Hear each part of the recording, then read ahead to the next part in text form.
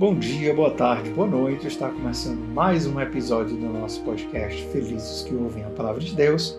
Aqui Felipe Bezerra, falando diretamente de Viena. E Jesus nos chamou de filhinhos. Eu acho isso tão bonito. Aqui José Ricardo Bezerra, gravando de Fortaleza. E o evangelho de hoje é o evangelho do mandamento novo. Amai-vos uns aos outros, como eu vos amei. Tem uma música quinto linda domingo disso. de Páscoa. Hoje é o quinto domingo da Páscoa. A gente vai ler o evangelho de João, capítulo 13, 31 a 33. Só o comecinho do 33, depois a gente pula e vai do 34 e o 35. E é esse o evangelho. Se você tem a sua Bíblia, pegue a sua Bíblia e a gente vai ler. Vai ter, como sempre, vai ter o texto aqui na descrição.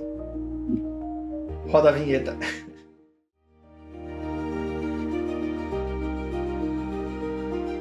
Depois que Judas saiu do cenáculo, disse Jesus: Agora foi glorificado o Filho do Homem, e Deus foi glorificado nele.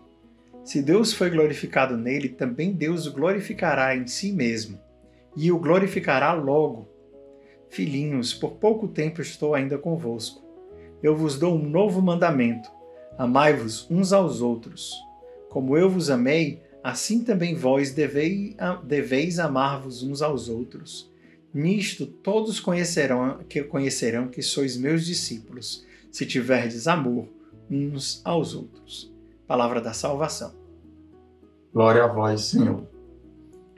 Essa passagem, ela é forte. São versículos, né? Mas, como você diz, realmente sempre tem. Evangelho de João, a gente tem muita coisa a comentar. Na última ceia, né, depois que Judas saiu, é o capítulo 13, né, o início do discurso de despedida de Jesus, né, depois da última ceia, e depois que Judas saiu, Jesus já tinha molhado o pão, já tinha entregue o pão a Judas, e Judas entra, quando Jesus, logo antes aqui, se você pegar a sua Bíblia, diz que tão logo Judas comeu o pão, o diabo, o Satanás, entrou nele, e aí diz que era noite. E aí vem o versículo 31 agora, e começa o evangelho de hoje. Esse era noite é muito importante nesse contexto, não porque a gente precise saber que era noite, porque meio que é óbvio que é noite. A celebração da Páscoa se faz depois do pôr do sol. Então é óbvio que é noite. Mas João faz questão de colocar que era noite, porque a noite que João está colocando aqui é uma noite muito mais espiritual do que uma noite meramente parte do dia, né? E aí Jesus está angustiado, está se despedindo, mas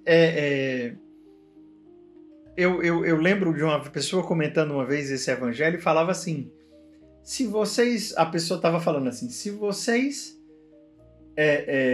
se amanhã eu morrer, com certeza vocês vão lembrar muito mais do que eu estou falando agora, do que se eu não morrer amanhã e daqui a 10 anos eu perguntar para vocês o que eu falei hoje. Então, assim, João, ele conseguiu guardar tudo também por causa do peso e da importância desse momento. João conseguiu guardar os detalhes, né?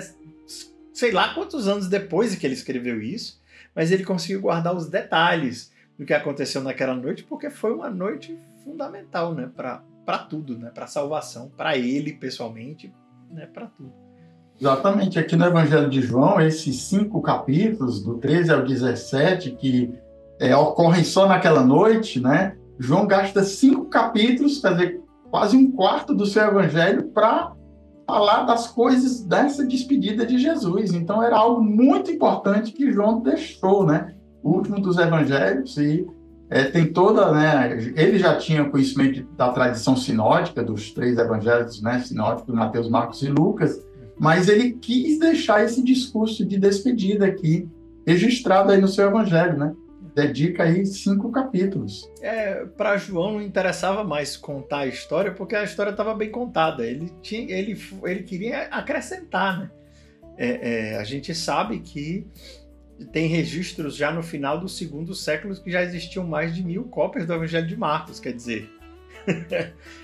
ele com certeza viu uma cópia desse evangelho e ele, quando ele escreveu, ele tipo assim, já está contado, as histórias já estão contadas, eu preciso contar o que não está contado ainda e a gente precisa entrar. E aqui, no evangelho, a gente está, como a gente já falou, na última ceia, o momento onde Jesus está se despedindo, Judas acabou de sair, ok, não estou falando mais com o traidor, eu estou falando para quem é discípulo, estou falando para quem vai ficar. O que ele vai ficar? O que é mais importante? O que é o fundamental aqui? O mandamento do amor, né? Exatamente, aí, né? Então, ainda voltando para a noite, né? João faz muito essa ligação das trevas, né? O pecado, o império de Satanás, né? Do príncipe deste mundo, que achava que iria agora, né? Depois a gente vai comentar agora aqui, o primeiro versículo aqui desse evangelho. Mas ele acha que agora já realmente começou. Então, o noite, embora viesse aquela decisão já que Judas tinha tomado de entregar, de trair Jesus, essa noite também vai manifestar a vitória de Jesus, né? A glória de Jesus aqui também, essa relação aí que é muito forte, né, em João, né?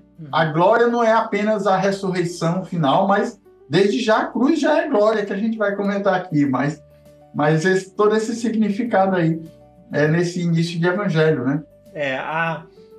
Isso é o mistério também, é o mistério da nossa fé, no sentido de que a fé, ela é tanto luz como trevas, digamos assim. Eu vou tentar me explicar. A glória de Deus, ela é na nuvem. O sinal da glória de Deus é a nuvem que descia e entrava no templo e tomava conta do templo. A glória de Deus desceu. Mas uma nuvem não brilha, a nuvem escurece. Na verdade, você está dentro de uma nuvem, você não vê nada. Então, é um sinal grande, inclusive, da nossa fé. Nós somos chamados, enquanto cristãos, isso é muito parte da espiritualidade de São João da Cruz, especialmente, perceber que a fé, ela é, entre aspas, cega, né? A fé a gente não vê, mas é a esperança daquilo que a gente não vê, a esperança daquilo que a gente há de ver. E aqui, a glória da noite aqui tem um mistério que é muito maior do que os discípulos. O que está acontecendo ali no momento da paixão de Jesus é muito além da compreensão dos discípulos. Mas já é glória, né? Já é a glória de Deus, que é nuvem, né? Que é um pouco escuro no sentido de neblina. Você não vê o que está na sua frente porque tem uma nuvem lá na sua frente. Mas não é só a nuvem, porque existe a presença de Deus. Então não é só escuro, tenebroso, assustador. É a presença de Deus que se faz presente e vivo. É uma ligação muito concreta do que vem do Antigo Testamento, a glória de Deus que enche o templo, e depois a gente vai ver o templo, o véu do templo que se rasga depois, né? Mas a glória que acontece durante a noite. Isso é muito bonito. Isso aí só com isso já dá para rezar um bocado, né? Exatamente, né? Esses dois aspectos aí da glória, né? A glória luminosa, por um lado, que é a glória de Deus, manifesta também, né? Mas a glória também nesse sentido da paixão, da morte de Jesus, né? Então, esses dois aspectos aí que João relata aqui, né? Nesse início do evangelho aqui. A glória que Jesus vai falar aqui. Ele já tinha começado a falar quando os gregos foram lá procurar Filipe, né? Disse, nós queremos ver Jesus. Aí Jesus vai falar da glória, né? Lá, eu acho que é capítulo 12, que ele fala dessa presença dos gregos. E agora Jesus vai falar de novo de glória, e depois no capítulo 17 também, né? Na oração sacerdotal lá no 17, glorifica o teu filho, Pai, né? Glorifica o teu filho, né? Assim como eu te glorifiquei. Então, tem todo esse contexto de glória que, né, nessa última ceia aqui, Jesus vai falar, né? Tem ainda um outro aspecto que a gente pode também transformar e rezar, é glorificar como elevar, né? Então, agora foi elevado o Filho de Deus e Deus vai ser elevado nele. E se Deus foi elevado nele, Deus também o elevará em si mesmo e o elevará logo. Então o sinal quando eu for elevado, atrairei todos a mim, como da mesma forma que a serpente foi levantada no deserto, o Filho do Homem vai ser levantado e vai ter também o sinal da ressurreição. Deus vai levantar, né, elevar Jesus em si mesmo e vai ser logo, porque estava na véspera aqui da ressurreição, né? Da morte e da ressurreição. Então esse glorificar também como elevar também pode nos fazer rezar bastante. Muito bom, muito bom. Não tinha pensado ainda nesse aspecto aí da glória como elevação, né? Mas também tem esse sentido, né? A elevação vai falar também, Jesus depois vai preparar seus discípulos para a sua subida aos céus, né? Nós vamos aqui no meio da Páscoa, mas vamos celebrar no 7º domingo a Ascensão e no final do 7º, que é a festa de solenidade de Pentecostes, né? Então, vai concluir o tempo pascal, mas também tem, já preparando desde já, que nós estamos aí já nesse 5º domingo, já em vista da chegada do Espírito Santo, né? Mas é muito bonito, então, esses aspectos aí da profundidade do Evangelho, né? Com tanta coisa que a gente pode meditar e rezar com ele. Isso é uma coisa interessante. Eu gosto muito dos terceiros mistérios no Rosário. Sempre. Eu não sei porquê, eu toda vida que entro no terceiro mistério, não importa qual é o mistério, não importa quais são os mistérios, o terceiro mistério sempre me atrai mais.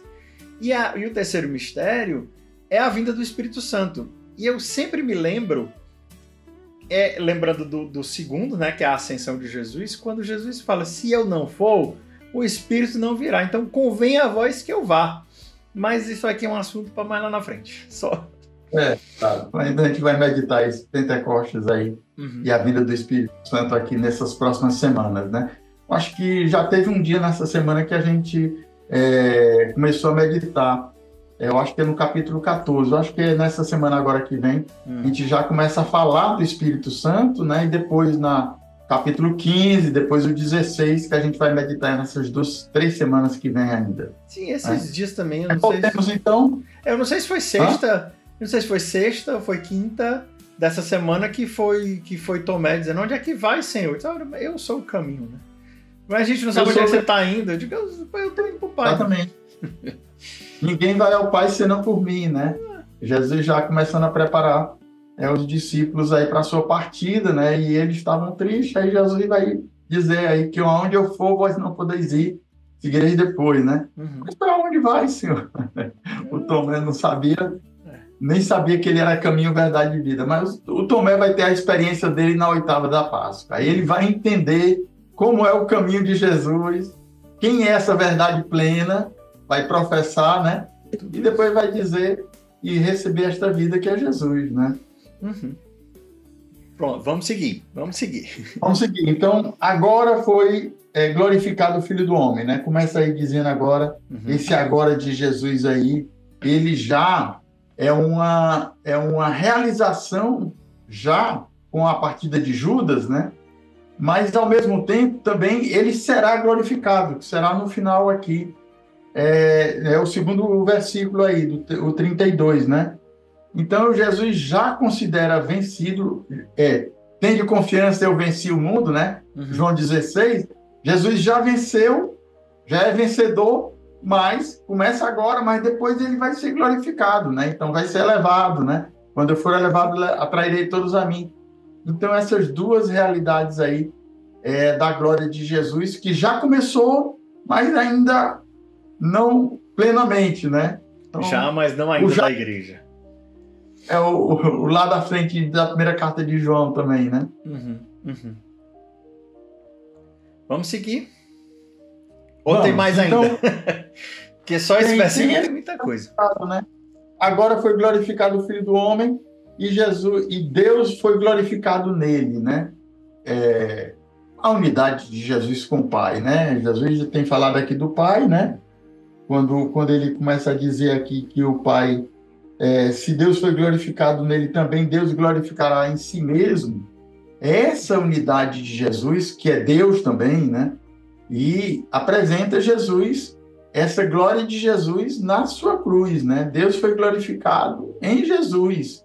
Deus Pai será glorificado em Jesus. Então, não tem como, né? A gente estava falando do domingo passado aí, do eu e o Pai somos um, né? A unidade do Pai com o Filho e do Filho com o Pai. Os dois são um só, uma substância só, e revela também essa consciência que Jesus tinha de si mesmo, né? Dessa glória que pertence ao Pai, mas que também pertence a Ele, que vai ser manifesta na cruz e também na sua ressurreição, né? Uhum, uhum. É impossível a gente separar Jesus do Pai, né? Assim, no sentido, claro, eu e o Pai somos um, né? Também não. Me lembrei do meu professor de dogmática. Não fale de Santíssima Trindade mais 15 minutos, senão você vai entrar em heresia. Então, quando eu falei que é impossível separar Jesus do Pai, no sentido de ele e o Pai são um. Então, a ação de Jesus também é uma ação do Pai. Né? E uma ação do Pai também é uma ação de Jesus, que também é uma ação do Espírito Santo. Mas cada um tem a sua missão dentro da Trindade e é isso que os diferencia. Mas, uma vez que Jesus é glorificado, o Pai é glorificado. Né? Então, adoremos, né? Uma vez que adorar a Jesus é adorar o Pai, não há separação. Podemos. Exatamente. Então, a primeira parte aí do Evangelho é essa glória aí que a gente comentou, né? O agora já foi glorificado. E essa segunda parte aqui do Evangelho, Jesus começa dizendo aí filhinhos, né? É a única vez no Evangelho de João que Jesus trata os seus discípulos como filhinhos, né? Esta ternura de Jesus, filhinhos, né? Um pai que está ali à volta da mesa. Inclusive, na refeição pascal, isso era atribuição do pai. Relembrar, né? Lembrar a memória, fazer memória da Páscoa, da partida do Egito, né? Aos seus filhos, né? Ele lembra tudo aí. Meu pai era um judeu errante, né? Ele faz toda aquela memória. Porque essa noite é diferente de todas as noites, né? Essa noite é diferente e tal. E começa a falar, então, da primeira Páscoa para os seus filhos. Ele relembra, né? Como pai, né? Diante daquela mesa. E ali Jesus também está em volta da sua mesa para os seus filhinhos, né? É estranho muitas vezes a gente achar Jesus como nosso pai, mas ao mesmo tempo essa unidade de Jesus com o pai, quem me vê é o pai, né? Então, essa unidade é vista agora Jesus falando a primeira vez, porque normalmente Jesus nos trata como amigos, né? Como servos, né? Não nos chama servos, mas amigos. Mas aqui Jesus está realmente essa unidade com o pai, dizendo meus filhos, filhinhos, né? Eu lembro de uma vez que eu era seminarista ainda, e alguém, a gente, não sei o que a gente estava fazendo, a gente estava brincando e tal, e alguém contou uma piada, e uma pessoa que não era nem da comunidade que estava entre nós, rindo e disse, Jesus meu pai. Aí todo mundo ficou, hã? Jesus meu pai. Aí entrou aquele negócio, Jesus meu pai, pode chamar Jesus de pai? Não pode. Aí, duas reflexões surgiram aí nessa. Pois uma foi isso, lembrando, né, que Jesus chamou os discípulos de filhinhos. Então, se Jesus nos chamou de filhos, a gente pode chamar de pai, ponto. Ok. E a outra que eu achei interessante foi Jesus como o sacerdote também pode ser chamado de padre, né, do pai, porque ele é o sacerdote por excelência. E todos os padres e bispos o são no sacerdócio de Jesus. Então, se nós podemos chamar os padres de pai, por que a gente não pode chamar Jesus também de pai? Então, essa foi uma reflexão que surgiu graças a uma piada e de uma pessoa que falou uma coisa assim, sem nem pensar. Mas acho que cabe também aqui a reflexão, né? Cabe. Eu me lembro também de outro irmão de comunidade que às vezes rezava dessa forma, né? Jesus, nosso pai, né?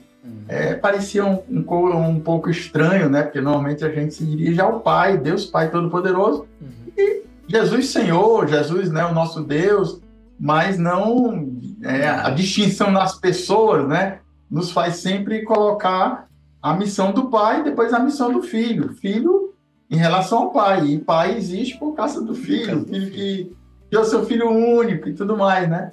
E nós somos filhos no Filho, né? Claro que, aí nesse sentido, Jesus também é nosso Pai. Mas, ao mesmo tempo, Ele é nosso irmão. E é nosso irmão, e aí herdeiros, né? Nós somos filhos do Pai, e por isso herdeiros, com Jesus, né? Todo esse entendimento aí, né? Não vou falar aqui do Espírito Santo da Trindade, porque também faz parte, né, desse amor do Pai com o Filho, é o Espírito, né? A gente vai ter o domingo de Pentecostes para falar um pouquinho mais do Espírito Santo, né? Exatamente, chega lá, né? Chega lá, um dia chega. Então eu vos dou um novo mandamento, amai-vos uns aos outros como eu vos amei. Aí vem o núcleo aqui do evangelho de hoje, esse mandamento novo de Jesus, né? Começa aqui no capítulo 13, que nós estamos meditando, depois Jesus vai falar no 14, no 15, né? E no 15 ele fala duas vezes, né? O 15, versículo 12 e versículo 17. Embora que aqui, um detalhe que eu tinha observado, e eu digo, mas aqui ele não diz, na primeira parte do versículo, amai-vos como eu vos amei. Ele chama, amai-vos uns aos outros. Eu vos dou um mandamento novo, amai-vos uns aos outros. Ponto. Como eu vos amei, amai-vos uns aos outros. Aí na segunda parte do versículo é exatamente o como eu vos amei. Porque lá no 15, 12, no 15, 17, Jesus vai dizer novamente isso aí, amai-vos uns aos outros como eu vos amei. Mas a primeira é, dou-vos um mandamento novo, amai-vos uns aos outros. E aí o como eu vos amei, a gente quer juntar logo aqui nessa primeira parte do versículo, mas está lá na segunda parte, né? O mandamento é novo porque Jesus nos amou e pede que a gente nos amemos uns aos outros como ele nos amou, né? Então, não tem como a gente separar, né, neste mandamento novo essa segunda parte do amor como Jesus nos amou, né? É essa a diferença aí do Antigo Testamento aí, que também a gente pode comentar um pouco essa diferença do Antigo Testamento com esse mandamento novo, né? Eu percebo assim, a novidade está na forma de amar, porque já no tempo de Jesus já tinha esse entendimento de amar a Deus sobre todas as coisas e ao próximo como a si mesmo. Mas Jesus está dizendo, não é como a si mesmo, é como eu vos amei. Né? A diferença não é amar ao próximo, né? Depois vai gerar aquele quem é o próximo e tudo mais. Mas aqui não é o caso. O mestre da lei que vai perguntar a Jesus, aí Lucas ele vai dar o evangelho do bom samaritano, né? Quem é o meu próximo? Exatamente. Quem é meu próximo? E aí Jesus vira isso de cabeça para baixo, né? Ele pergunta, quem é meu próximo? E aí a resposta de Jesus é, quem foi o próximo? Né?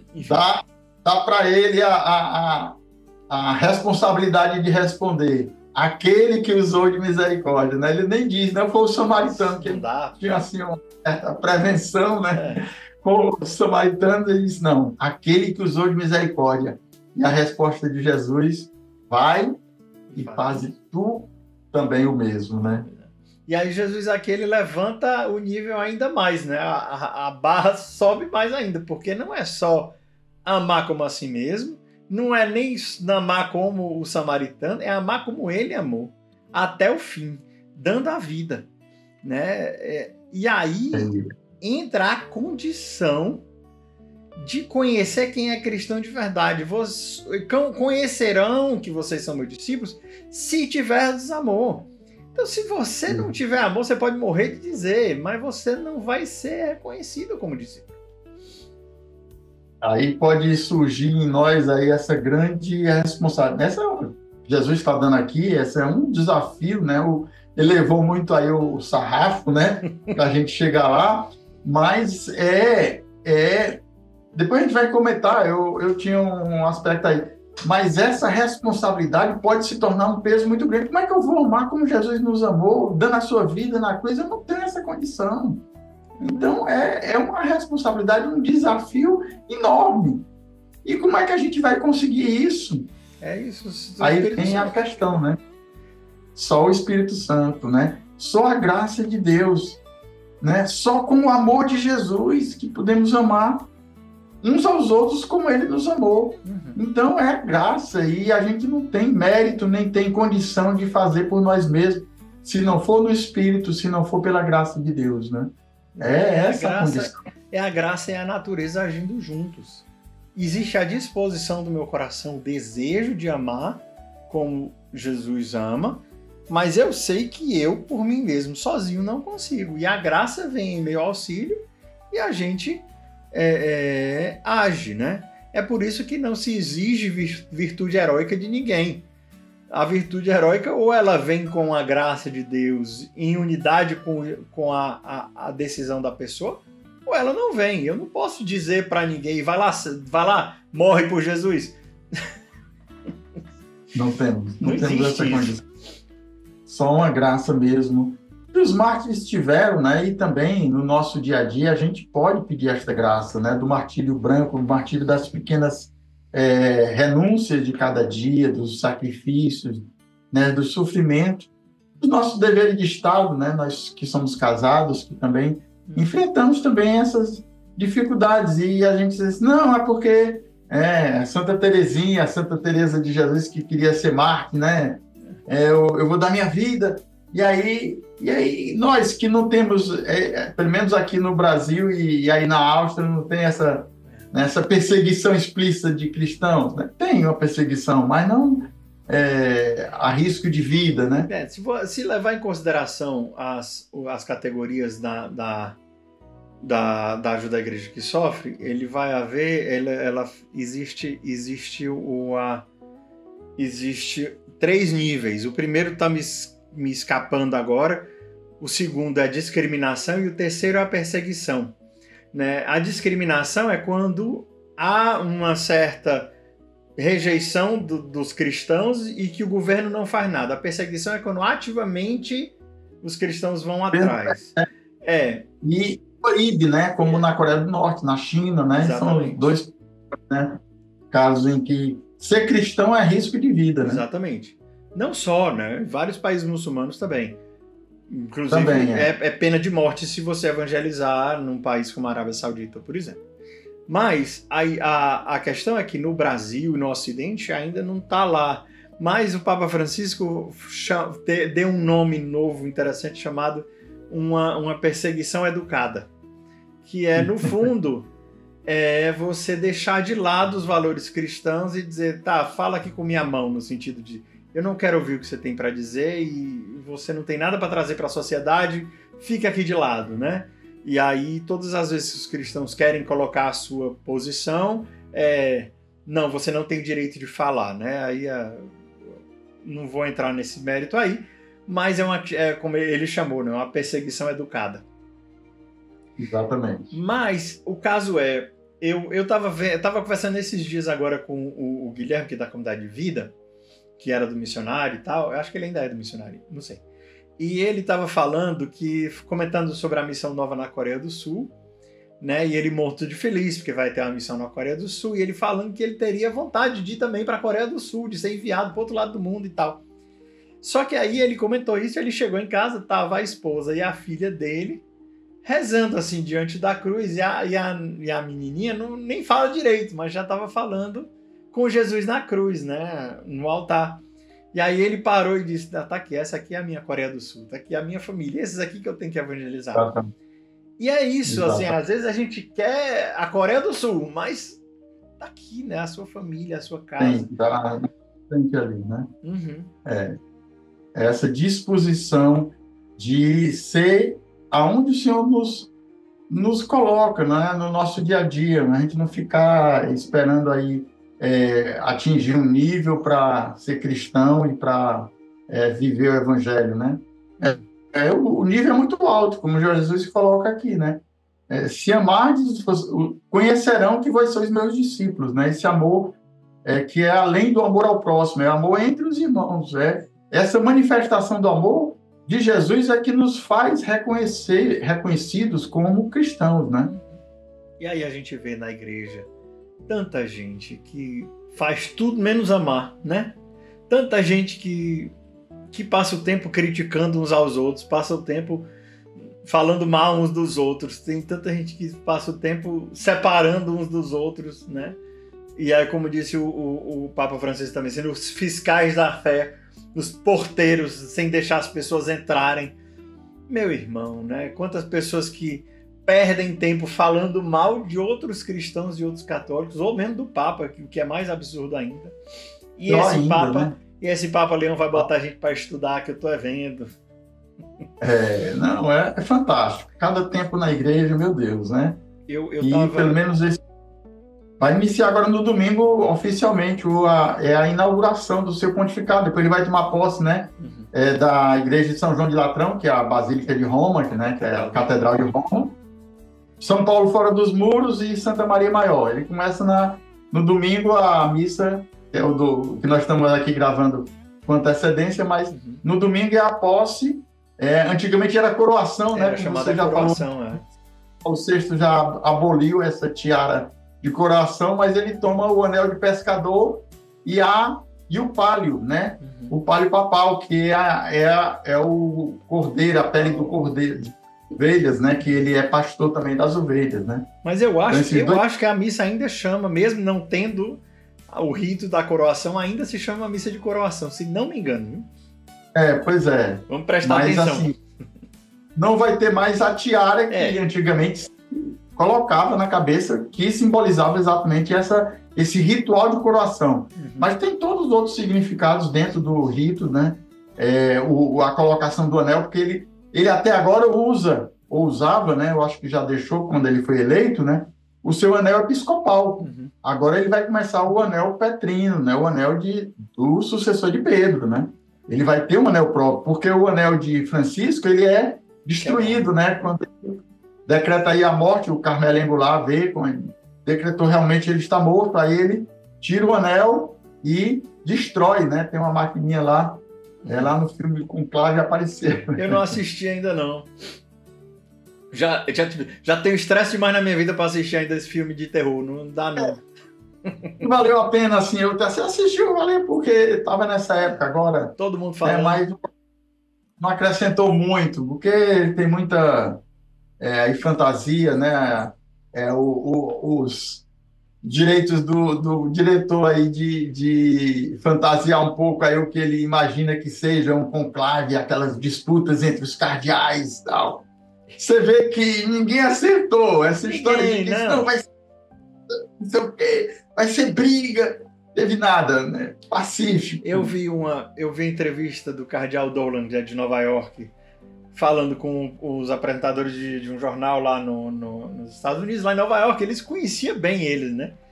E aí eles falando, mas como foi a decisão por ele e tudo mais? Você já o conhecia pessoalmente? Ele é americano? Aí ele disse, olha, sinceramente, eu nem sabia que ele era americano. Porque, tipo assim, entre os cardeais, ele parecia, tipo assim, ele estava sendo contado como peruano. Assim, a gente descobriu que ele era americano ali naquela conversa ali no meio da coisa.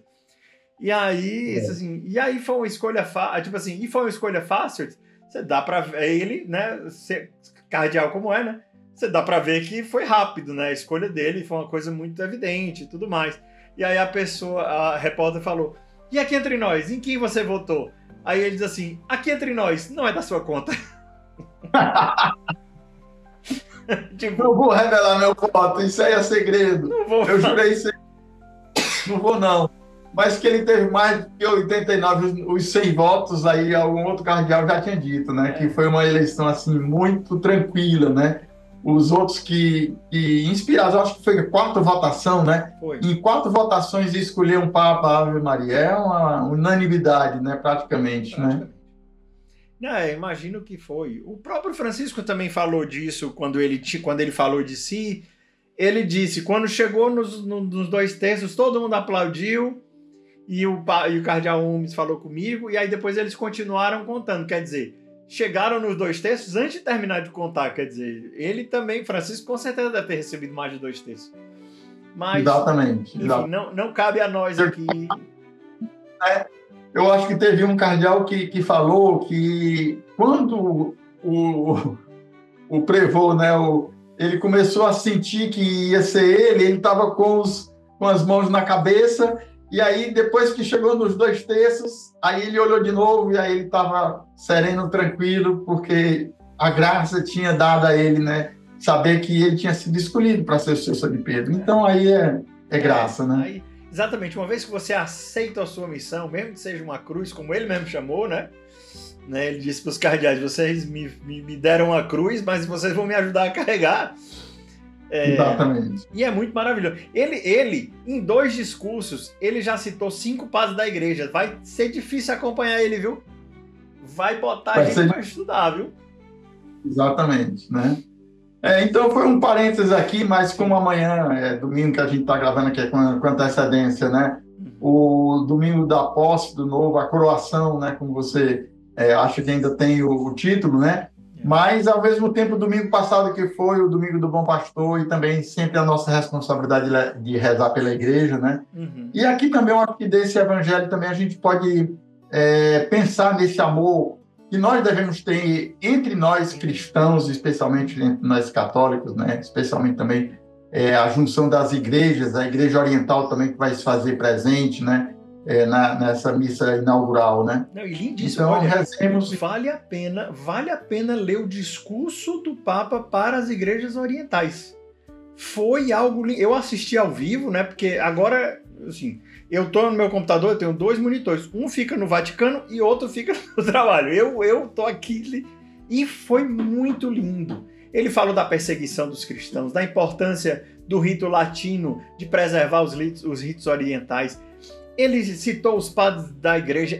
Olha, foi lindo, muito bonito, vale muito a pena. Quem não leu ainda, procure e leia, porque o discurso dele para as igrejas orientais, o jubileu das igrejas orientais, foi realmente algo emocionante. Eu me emocionei mesmo, assim. Tem parte do meu trabalho, da ajuda à igreja que sofre, evidentemente, mas foi muito emocionante. Eu me emocionei várias vezes durante o discurso, viu?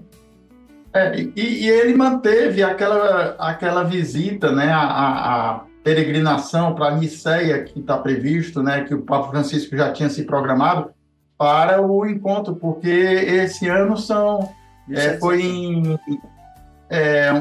quanto é? 1000 anos, não? 1700 anos. 1700 anos de Nicéia.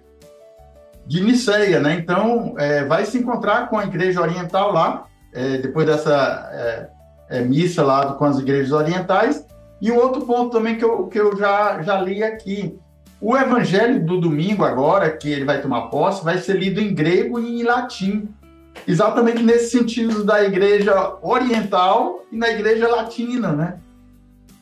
Rapaz, eu não vou dizer que vai ser agora, porque eu não posso saber, mas essa unificação da data da Páscoa tá perto, viu?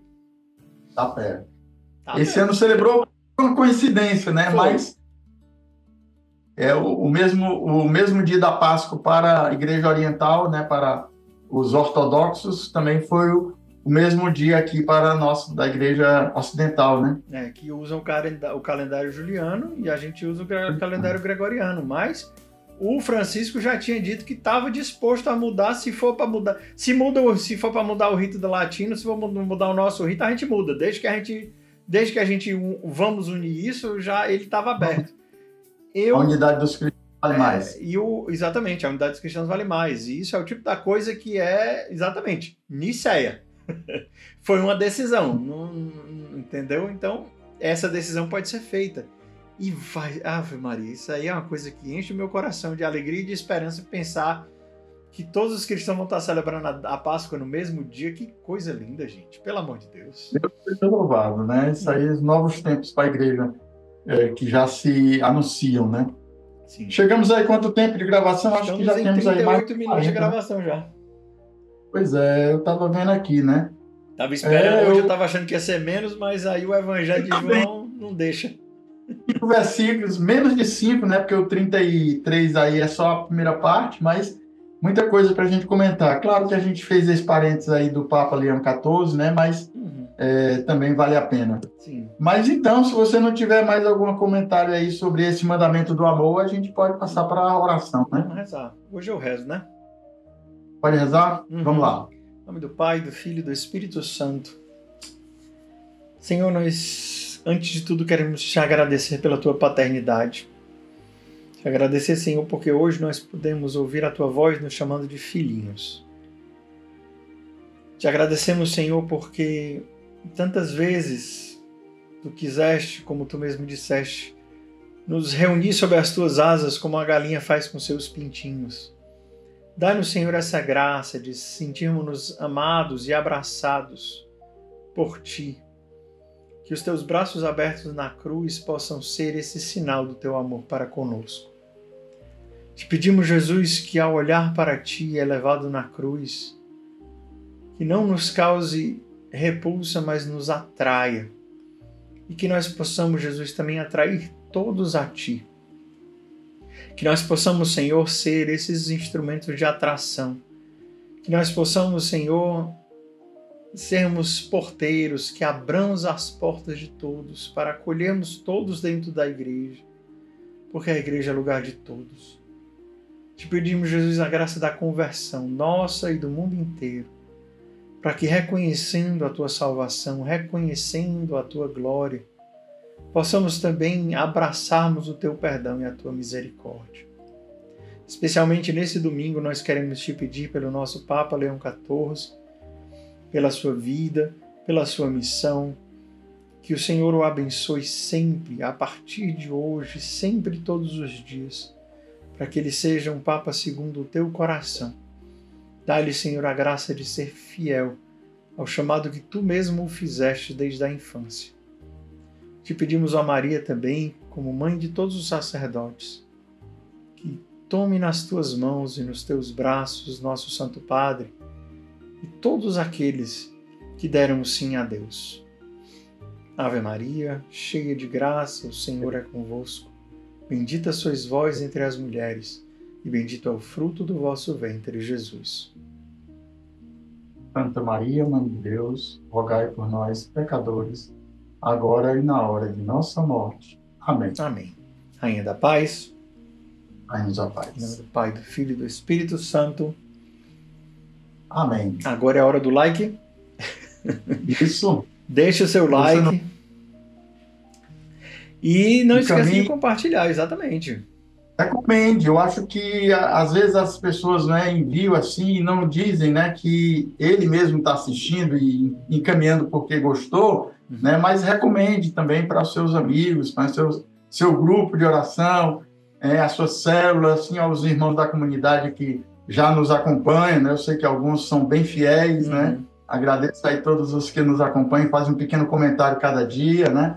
Muito bom. Agradeço a você, mas recomende também para outros que não nos acompanham, né? Eu sei que a comunidade tem os seus canais oficiais aí, tem os outros que fazem aí comentários, mas eu acho que a gente tem colaborado, né? A nossa ideia é partilhar para que você reze com o Evangelho do dia. Sim, então compartilhe com as pessoas. Não só compartilhe e diga que gosta também. Diga, olha, eu tô compartilhando não é só porque mandaram compartilhar, não, estou compartilhando porque eu gostei mesmo.